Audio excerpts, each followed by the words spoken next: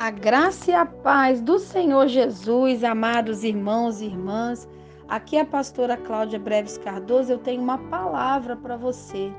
Amós, capítulo 9, versículo 11 ao versículo 15, que nos diz assim: naquele dia tornarei a levantar a tenda de Davi que caiu, e taparei as suas aberturas, e tornarei a levantar as suas ruínas, e a edificarei como nos dias da antiguidade, para que possuam o restante de Edom e todas as nações que são chamadas pelo meu nome, diz o Senhor, que faz essas coisas. Eis que vem dias, diz o Senhor, em que o que lavra alcançará ao que cega, e o que pisa as uvas ao que lança a semente. E os montes destilarão mosto, e todos os outeiros se derreterão. E removerei o cativeiro do meu povo Israel, e reedificarão as cidades assoladas, e nelas habitarão, plantarão vinhas e beberão seu vinho, farão pomares e lhes comerão fruto, e os plantarei na sua terra, e não serão mais arrancados da sua terra que lhes dei, diz o Senhor teu Deus. Gostaria de falar com você sobre uma palavra: semeadura e colheita abundante. Aleluia, louvado seja Deus. Em nossa igreja temos todo o primeiro domingo, um dia de Santa Ceia, em que fazemos 12 horas de jejum e oração. E numa desses dias, nós estamos aqui em oração, e o Espírito de Deus falou ao meu coração assim: vocês vão semear de dia e colher à tarde, semear à tarde e colher à noite, semear à noite e colher de madrugada, semear de madrugada e colher pela manhã. Amados irmãos, precisamos pensar muito bem no que vamos semear, porque vamos semear e logo vamos colher. Como disse aqui no versículo 13, vem dias, diz o Senhor, em que aquele que lavra, aquele que prepara a terra, que semeia, vai alcançar o que cega, o que colhe. Um vai estar semeando, vai estar lá no final do terreno semeando, e o que colhe já vai vir atrás pegando. Porque durante muitos anos, o povo de Israel, por causa do pecado, por causa da idolatria, da corrupção, eles plantavam, mas era outro que comia. Eles plantavam ali uma vinha e o outro que pegava aquela fruta, né? Eles casavam, mas era outro que experimentava, era outro que ia gozar da vida com aquela esposa. Eles construíam uma casa, mas era outro que morava, porque eles morriam por causa do pecado. Você sabe, meu querido irmão, minha querida irmã, que o salário do pecado é a morte. Mas Deus aqui, através do profeta Amós, aleluia, um homem, irmão, simples, um homem que era boiadeiro, um homem tão humilde, um porta-voz do Senhor, louvado seja Deus. Estudando a vida de Amós, a gente vê que ele exerce seu ministério por volta do século VII antes de Cristo, e o nome dele significa fardo, aquele que leva a carga, ou seja, era um homem realmente que sentia o peso espiritual, O que estava no coração de Deus veio para o coração dele.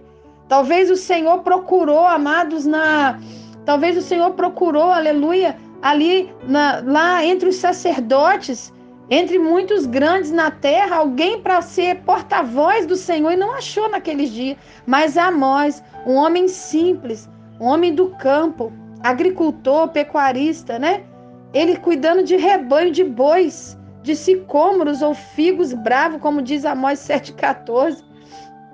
Mas ele passou a ser uma trombeta profética do Senhor, aleluia, levando a carga do coração de Deus. Irmãos, que coisa tremenda. E Deus usa Amós para profetizar que viriam dias de restauração, um tempo onde o povo ia se arrepender, ia ter mudança de vida, e Deus ia permitir que quando eles plantassem, eles mesmos iriam colher. Eu quero profetizar isso na tua vida, que está chegando esse tempo, um tempo da justiça de Deus. Nós estamos entrando, amados, no tempo da justiça divina. Logo após virá o juízo, Está chegando o tempo da volta do Senhor, o tempo de juízo, mas o tempo da justiça divina já está, irmãos, sobre a terra. Nós vemos aqui na palavra do Senhor, em Gálatas 6, né, versículo 7 ali a 9, que fala, aleluia, sobre isso, que vai falar para mim e para você sobre a semeadura e sobre a colheita. Olha o que diz aqui, louvado seja Deus, Gálatas 6, de 7 a 9. Não erreis, Deus não se deixa escarnecer, porque tudo que o homem semear, isso também ceifará. Porque o que semeia na sua carne, da carne ceifará corrupção, mas o que semeia no Espírito, do Espírito ceifará a vida eterna. E não nos cansemos de fazer o bem, porque a seu tempo ceifaremos, se não houvermos desfalecido. Então, enquanto temos, vão 10 também. Então, enquanto temos tempo, façamos o bem a todos, mas principalmente aos domésticos da fé. Que coisa linda, né, irmãos? O que semeia na carne vai colher corrupção, mas o que semeia no Espírito vai colher vida eterna. Tudo que o homem semear, ele vai colher. Né? É uma palavra muito tremenda, muito forte. O que nós podemos ver aqui, essa palavra, é muito forte. Então, aqui a partir do 11, diz assim, naqueles dias, diz o Senhor, está falando de quê? Dia do Senhor, tempo de libertação de Israel, que ele ia levantar o tabernáculo de Davi, em Jesus, chamado Filho de Davi, a tenda caída, moralmente, iria ser erguida, restabelecida pelo Senhor. O que Deus está dizendo? Eu vou reparar as brechas da minha casa, levantá-lo das ruínas, eu vou levantar, versículo 11 fala, eu vou levantar a tenda caída, que caiu, vou tapar as aberturas, eu tornarei a levantar as ruínas, edificarei como nos dias da antiguidade. Então, o Senhor está profetizando através de Amós que ele vai levantar a sua igreja na terra, aquela tenda que caiu moralmente. Precisamos, como igreja, entrar em oração, em santidade, abrir mão do pecado para que Deus levante a casa do Senhor, que somos nós. Aleluia! No versículo 12, ele fala sobre Edom. Todas as nações, ele fala, para que possua o restante de Edom, todas as nações são chamadas pelo meu nome. Ou seja, todas as nações serão beneficiadas por ficarem sob o domínio do futuro rei. É o rei dos reis, que é Jesus. Deus aqui tomando um povo para si, a igreja, sobre quem meu nome é chamado. Os redimidos das nações, os que levam o seu nome, aqueles em qualquer nação, aquela pessoa em qualquer nação que dizer, eu creio em Jesus Cristo como meu Senhor e Salvador, e eu recebo Jesus na minha vida, eu creio no Deus de Israel que enviou seu Filho. Essa pessoa, ela vai ser erguida, ela vai ser beneficiada, ela vai plantar e vai colher. Ela mesma vai colher do fruto do que plantou em nome de Jesus. Versículo 13 fala sobre a predição de abundância na realidade, mais do que abundância. Segue aqui profecias, diz, você vai ter rapidez em colher o que plantou. Olha que coisa linda, ciclos infindáveis de fecundidade, que nos lembra aquele tempo do Éden, que o homem nem tinha plantado ali no Éden, o próprio Deus fazia nascer. É como se fosse assim, olha, se vocês andarem em santidade, intimidade comigo, eu farei a sua vida voltar ao jardim da intimidade e da abundância. Então ele fala um tempo de abundância, de fecundidade. Você vai plantar, mas você mesmo vai colher. A sua família, todos que moram com você vão colher. Vale a pena, meu querido irmão, minha querida irmã, andar com Deus. Vale a pena tomar a decisão de viver em santidade. Porque você vai voltar àquela vida de intimidade com o Senhor e o que você plantar, você vai colher. E o Senhor vai dar essa rapidez em colher. Você vai plantar e você mesmo vai colher com toda a sua família. Louvado seja Deus, louvado seja Deus. Que palavra tremenda. Ele fala, mudarei aqui em Joel, Joel 3,18, mudarei a sorte do meu povo, Ai, irmãos, que palavra tremenda. Joel 3,18 fala assim, há de ser que naquele dia os montes destilarão mosto, os outeiros manarão leite, todos os rios de Judá estarão cheios de água. sairá fonte da casa do Senhor, regará o vale de Sitim. Fala de uma prosperidade paradisíaca, de bênção, né? Não é só assim, eu vou seguir Jesus porque eu vou ter bênção de dinheiro, de carro, Não, eu vou ter a presença do Senhor, eu vou ter a bênção dele na minha vida. Evidentemente que nós buscando o Senhor em primeiro lugar, as demais coisas são acrescentadas, né? Como diz Mateus 6,33. Do templo sairá fonte de água, sairá fonte da casa do Senhor, onde flui a vida, que irá regar até mesmo o vale seco e frutífero, onde as acácias crescem. Que coisa linda, né? Esta é a quinta visão de Amós aqui, falando sobre isso. Ele diz, eu vi o Senhor que estava em pé junto ao altar. Amós era um intercessor, irmão. Mas nesta visão, contudo, Amós não tem voz ativa ali. Ele tem aquela visão, mas ele registra tudo o que ele vê. Ele fica vendo tudo aquilo. Versículo 9, né? De Amós 9, porque eis que darei ordem, sacudirei a casa de Israel entre todas as nações, assim como se sacode o trigo no crivo, sem que caia na terra um só grão. O Senhor espalharia seu povo entre as nações primeiro, por meio da Síria, como se sacode o trigo, separando o trigo, que são os fiéis, da palha, os pecadores. A experiência do exílio serviria para purificar essa nação, né, de Israel, para depois ela ser reedificada, habitando em lugares que elas poderiam plantar e colher. Louvado seja Deus. São bênçãos, irmãos. São bênçãos que vão reverter a maldição. O que Deus está ensinando para nós aqui? Que quando andamos em obediência, nós vamos plantar e vamos colher, né? Nós vamos estar ali vivendo essas bênçãos. A nossa desobediência é que retém as bênçãos do Senhor na nossa vida. E Amós, ele termina com a restauração de Israel, dizendo, haverá reconstrução, conquista, abundância frutífera, né? Replantio, segurança duradoura. O Senhor promete que assim como viria julgamento do exílio, ele também iria passar e restaurar, né, o seu povo. Louvado seja Deus. Ele fala aqui no final do versículo 15, os plantarei na sua terra. Olha o 14, removerei o cativeiro do meu povo de Israel, reedificarão as cidades assoladas, nelas habitarão, plantarão vinhas, beberão seu vinho e farão pomares, e lhes comerão o fruto. Os plantarei na sua terra e não serão mais arrancados da sua terra que lhes dei, diz o Senhor teu Deus. Irmãos, o fiel, o obediente, não é só no céu que ele vai ter a vitória e a bênção dele, não. Aqui na terra, ele já começa a receber as bênçãos do Senhor. E o Senhor está dizendo, eu vou remover o cativeiro do meu povo. Eu vou reedificar cidades assoladas. Olha o que Deus está dizendo.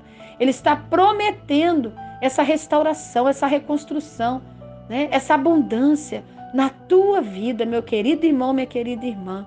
Então, entra mesmo em propósito com o Senhor, em santidade. Não se preocupa com as outras coisas, não. As demais coisas serão acrescentadas. Reflita bem, o que é que eu tenho semeado? O que é que eu tenho semeado na minha vida? Porque eu vou colher. É tempo da justiça de Deus. Que você venha realmente colocar a sua vida em obediência ao Senhor. E você vai ver a abundância dele alcançando você em nome do Senhor Jesus. Eu encerro essa palavra, querido, dando um exemplo para você de Ruth.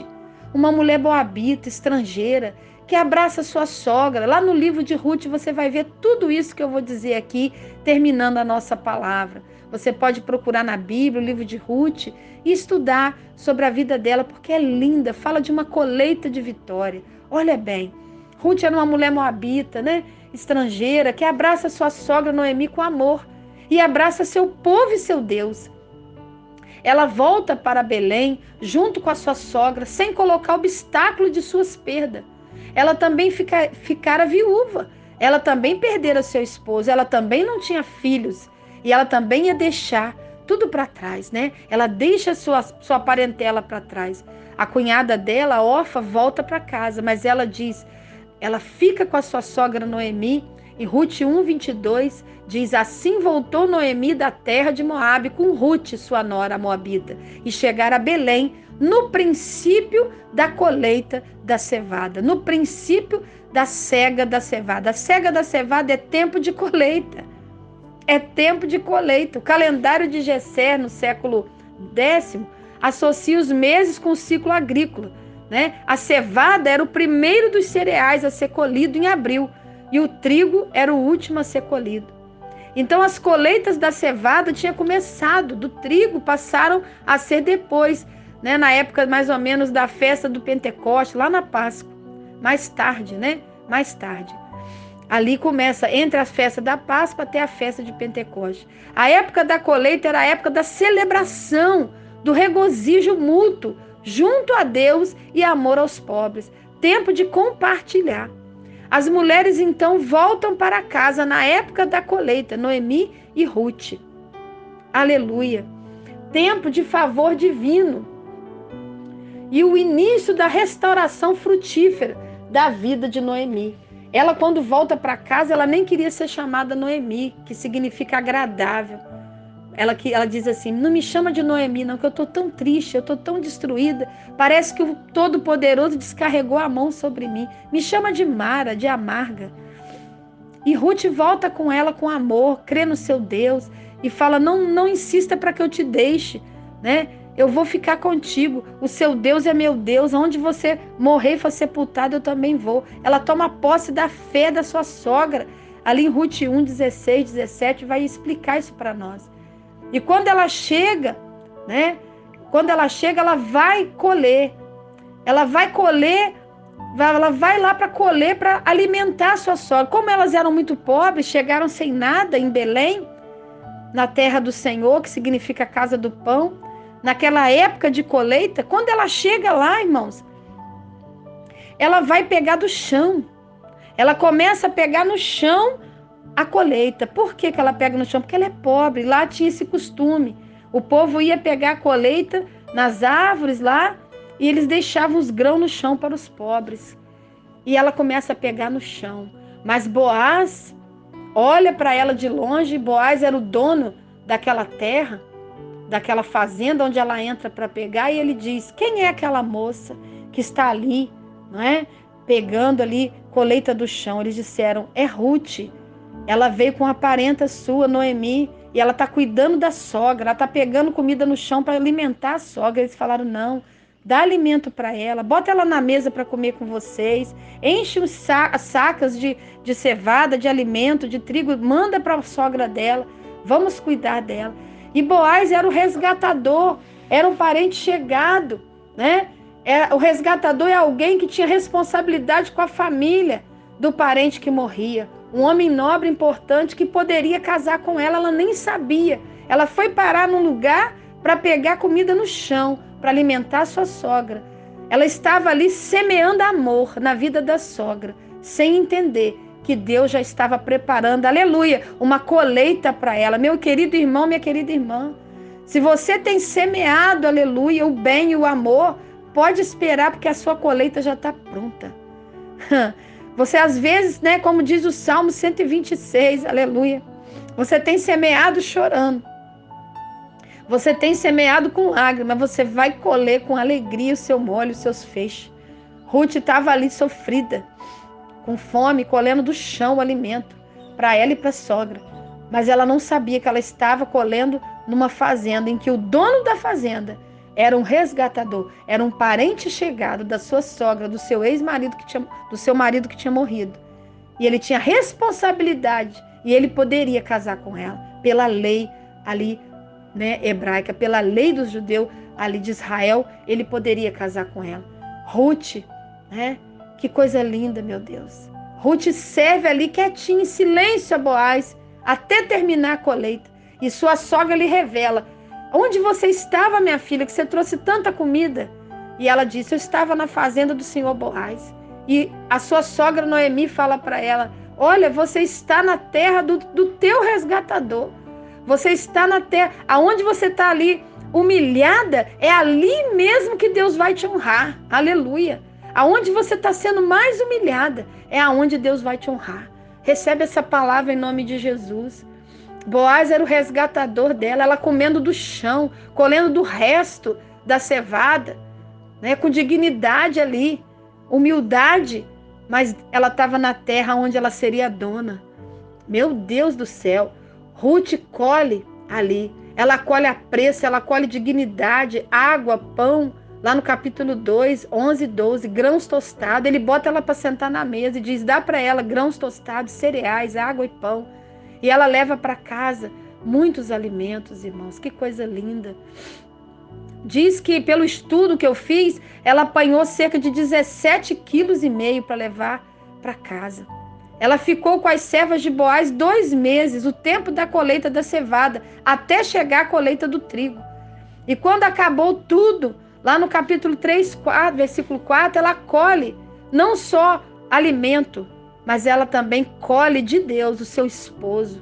E ela entra para a descendência de Davi. Boaz casa com ela. E ela tem filhos, ela tem um filho, né? Ela vai ter Obed e coloca Obed no colo da sogra, dizendo, olha, ele é resgatador da tua vida e consolador da tua velhice. Ela recebe prosperidade, felicidade, a partir do momento que ela começa a semear amor na vida da sogra. Meu Deus do céu, que palavra tremenda quando a gente lê o livro de Ruth. Que tremendo. Olha que colheita abundante que essa menina faz. Ela semeia colhendo comida no chão. E ela sai dali, casada com o dono da terra. Ainda leva um filho chamado Obed. Obed vai gerar Jessé, né? Jessé gera Davi. E essa menina, Ruth, ela vai entrar para a descendência de Jesus mais tarde. Que coisa linda. Ela entra para a família do rei Davi. Olha que lindo. Olha que lindo. Ela semeando amor na vida da sogra, ela colhe, né? Na mão dela ali, a bênção dela. Então eu quero profetizar na tua vida. Você vai ter uma semeadura e uma colheita abundante no poder do Espírito Santo. Que seus filhos sejam abençoados, que seus netos sejam abençoados, que 1000 gerações sua, pela tua fidelidade a Deus, seja abençoado. Mas eu profetizo que você, ainda em vida, vai colher muito do que você tem plantado da parte do Senhor. Amém? Que Deus te abençoe em nome de Jesus.